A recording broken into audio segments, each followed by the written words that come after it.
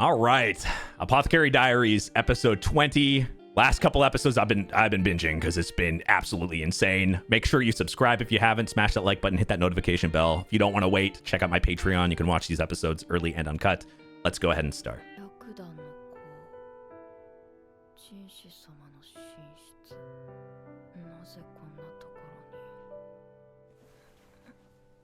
Man, that was so insane. So insane. あら、目が覚めたのね。無理しちゃダメよ。15針も縫ったんだから。はい、どうぞ。ありがとうございます。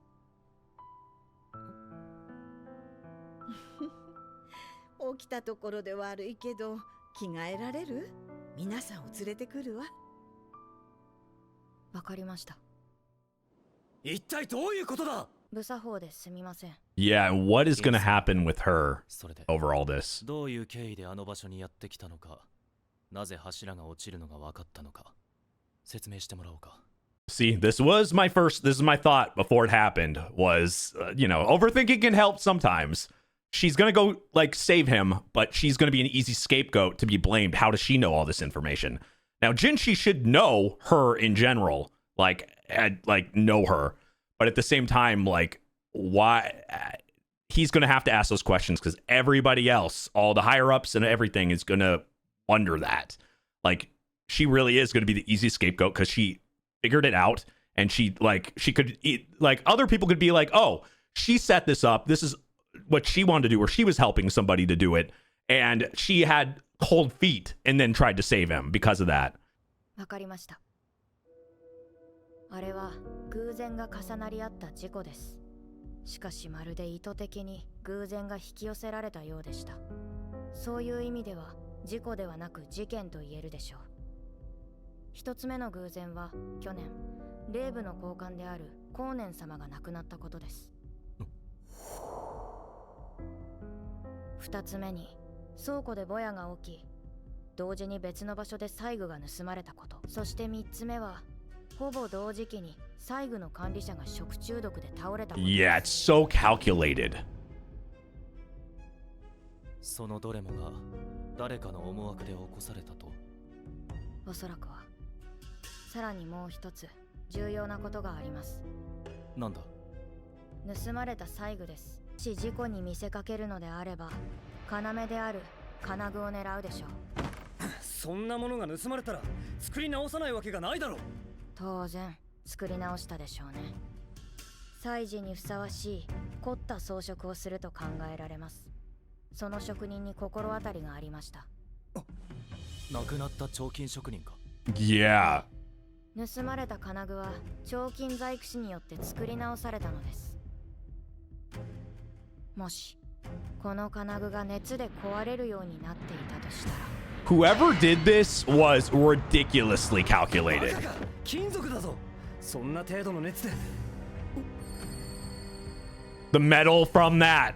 亡くなった彫金細工師の秘伝の技術を使えば。I don't think this is it. I think there is more to it, but I think the easy thought would be oh, was this lakan? And the easy thing to go around, well, if you think of it one way, it's oh, how Lakan looked. He cares about his daughter because the way he looked and let her in, and and then how he felt when he saw her hurt, or the look in his face or whatever. But then you think of all the things that were kind of set up with Lakan involved, and him talking about wanting to learn the secret technique. All that stuff shapes to Lakan, and it being caused by him. Everything points to him. But then it doesn't make sense. Why would he have that reaction? Why would he want to kill Jinshi there, or and make it such a complicated way? And then I think, okay, I'm gonna go way over the top here, and this theory is absolutely out there. But if we think of the craziest theory, Lakan wants his daughter dead for some reason. So he sets up this completely crazy plan that would have only things that she could figure out to make her figure out to save Jinshi, to have her fall in that thing and get killed instead. That is an insane theory, but I can't help but at least mention it because in my head, I'm man, that would be fucking ridiculous. Like, so we're gonna take that one off the board. But like, that would be the craziest to the most like somebody we haven't met or somebody that we don't know yet or something that wants Jinshi dead. That would be the more like, I don't know. You lean more towards that because the other theory just seems fucking crazy. Or even a tame version of that seems crazy, like him wanting Jinshi dead. But why would he let her in? Obviously, to like try to help her in to get in there. That part wouldn't make sense. So I like there's a lot of theories. Like if you guys have any theories like or whatever, feel free to leave it. Like it's really fun to like try to figure this stuff out, and that just seems insane. これと同じものをあの特殊な金属で作ってくれとでも頼まれて。しかし祭事で事故が起きれば職人も不審に思います。Oh man. その前に消してしまえば依頼人の名も低温で溶ける金属の技術も闇に葬られ。まさか殺されたのか。それはわかりません。ですが、そう見せかけた事件の可能性もあります。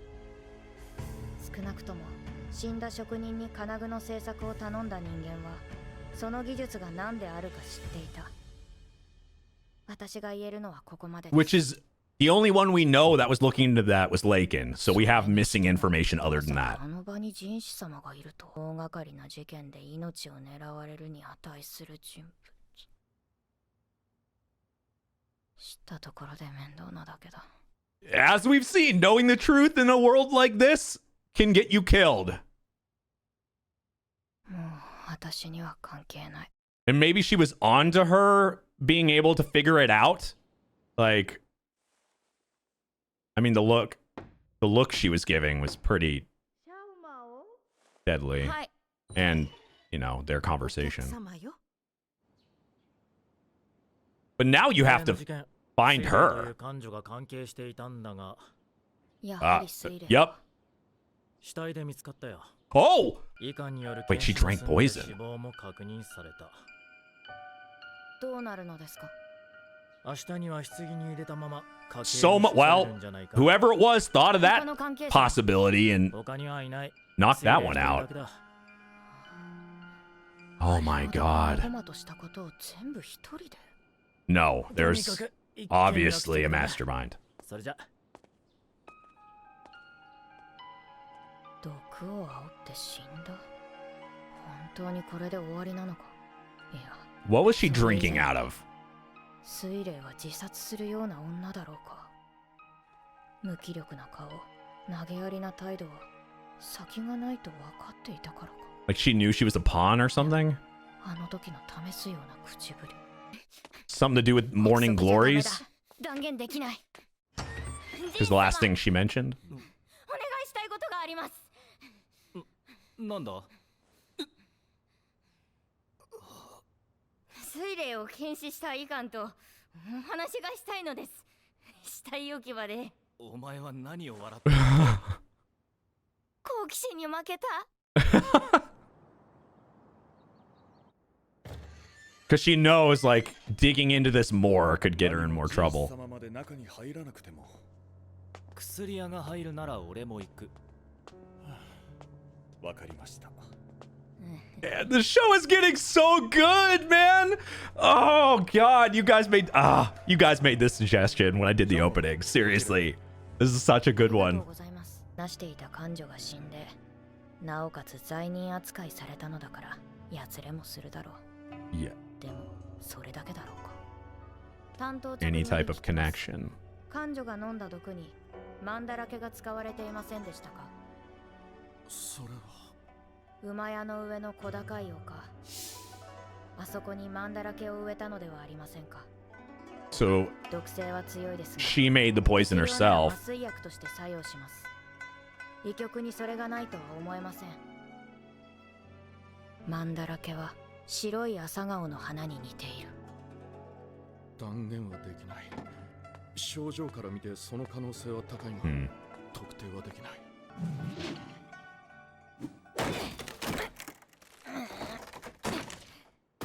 何をする？黙って見てください。やめろ。きました。 Holy shit. 水霊じゃない。 Oh. So she faked her death? 確かに水霊だったんだ。本当に水霊でしたか？私が水霊を見間違えるわけがない。 Okay, if she has all this knowledge about medicines, it seemed to be very close to the level of Maomao. Could she know something that could stop her, take the poison, stop her heart, like temporarily or whatever like that, and then what, like whenever her heart comes back or whatever, find a body, find somebody else to place. So she faked her death and left or whatever. That would, I mean, with how much we learned about her, and like in the sense of not learning about her, not learning about her, and how much mystery that was involved, I feel like it would have been a sad thing to kill her off this quickly, like especially how much character they kind of gave her. So her faking her death and now being like out of sight, out of mind kind of thing, and everyone thinking her dead to maybe be brought back later, and like her having some connection with whoever the mastermind is.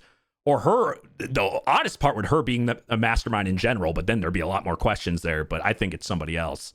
Holy shit. 毒の正体を解明するために死体を切り刻もうとは考えもしなかった。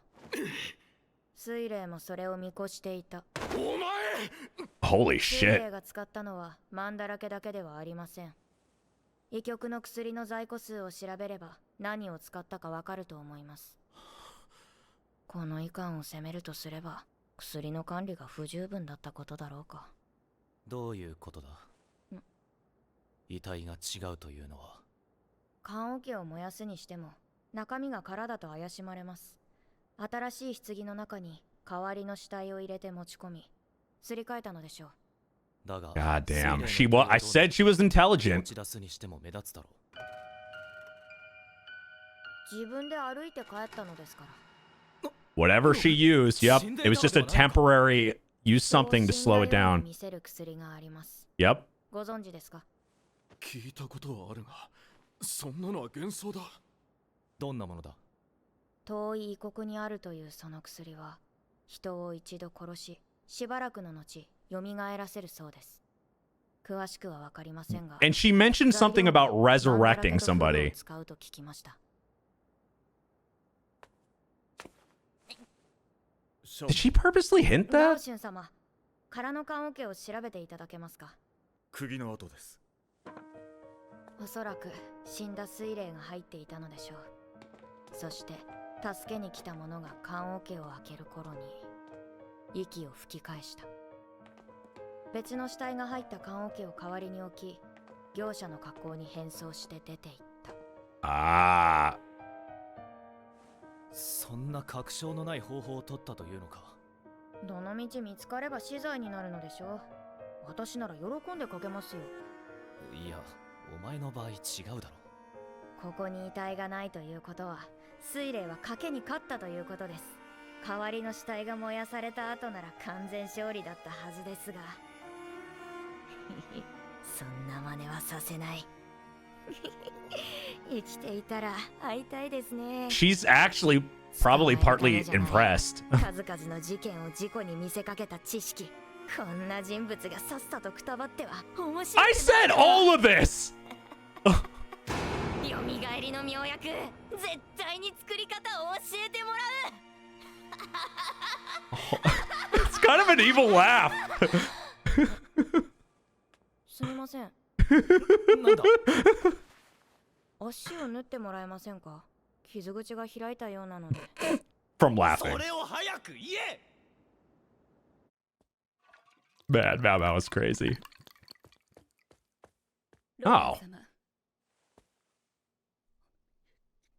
We haven't seen her in a while. Other than that one episode. Does she have some type of connection with that? Why show that?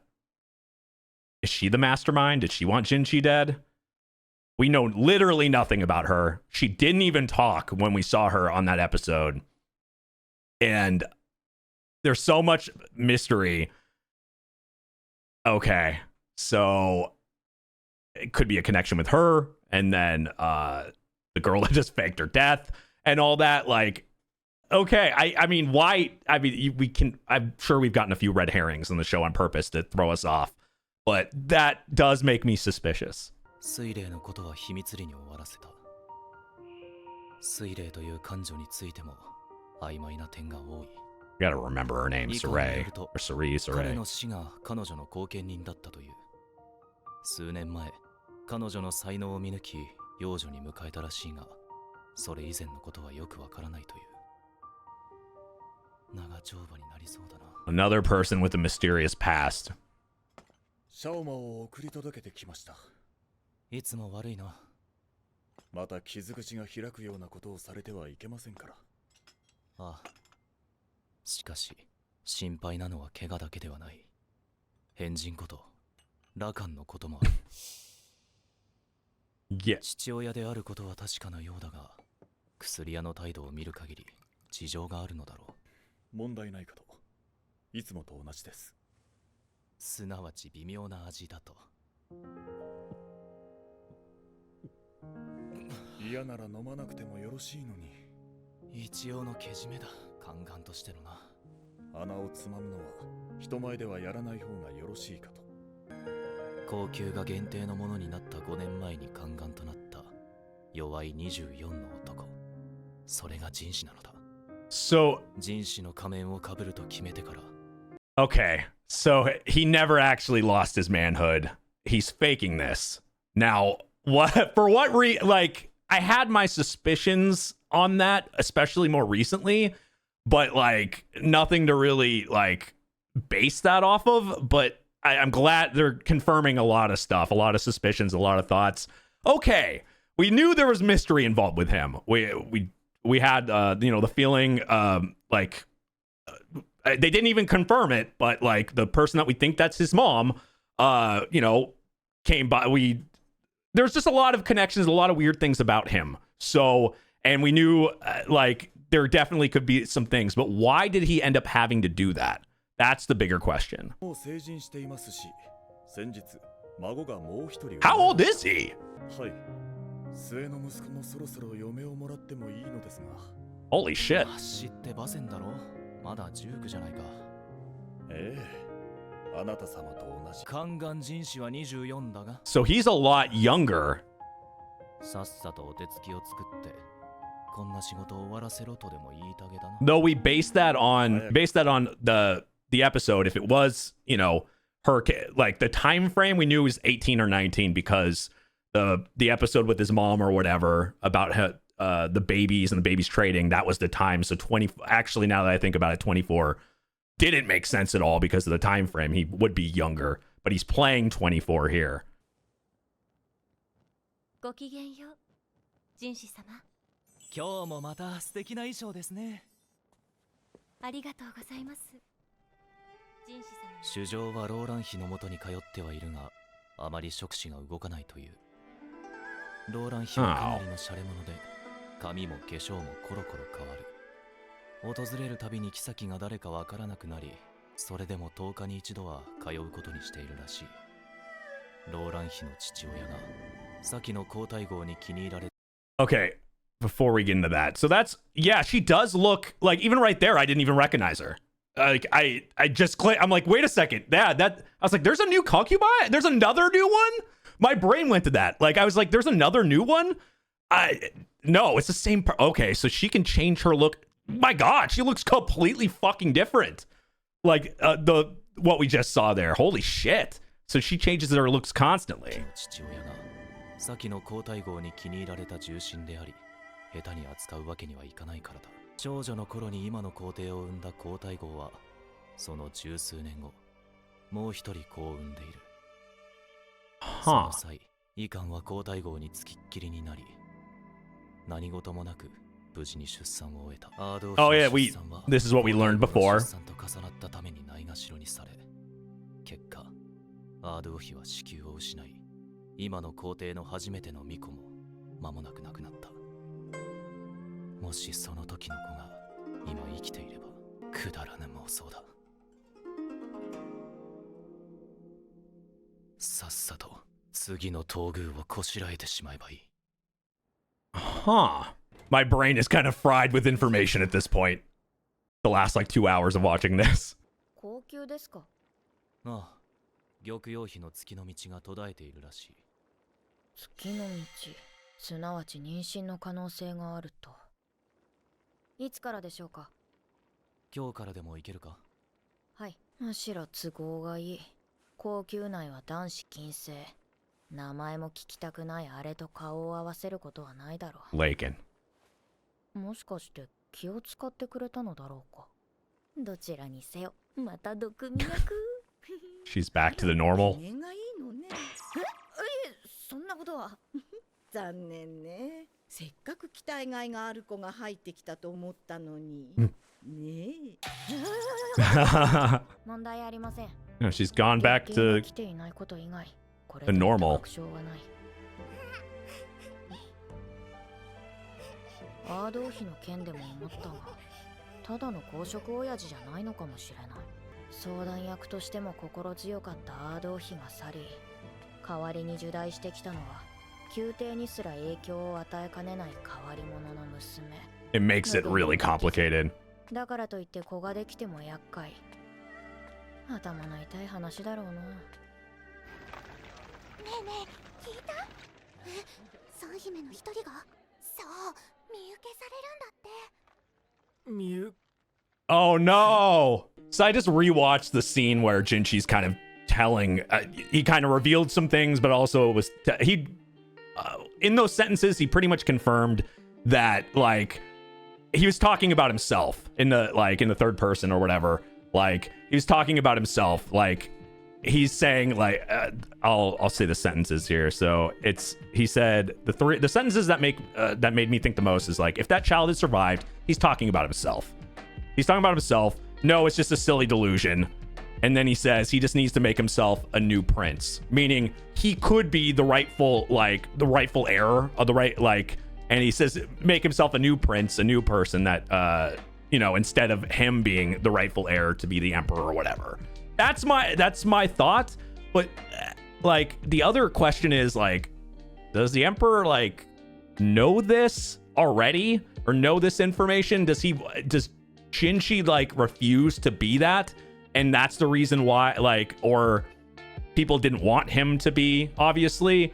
And then we had like, oh my god, this episode, seriously, the last 3 or 4 episodes have been insane.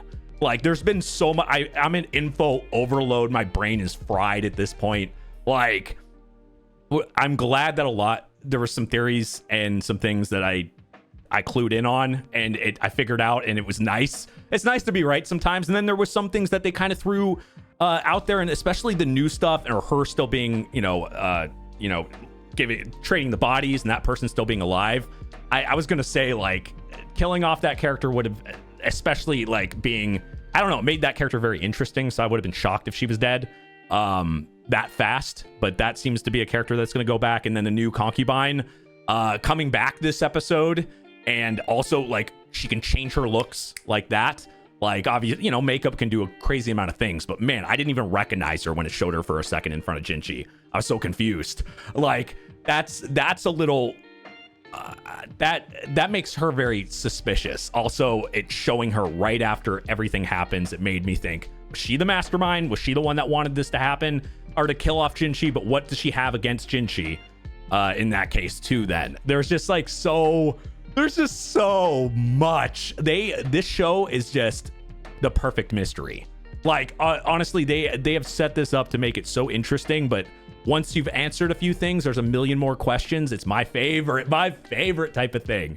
Though I will admit, man, by the end of this, my brain was fried because, man, we had so many reveals in this episode. Holy shit.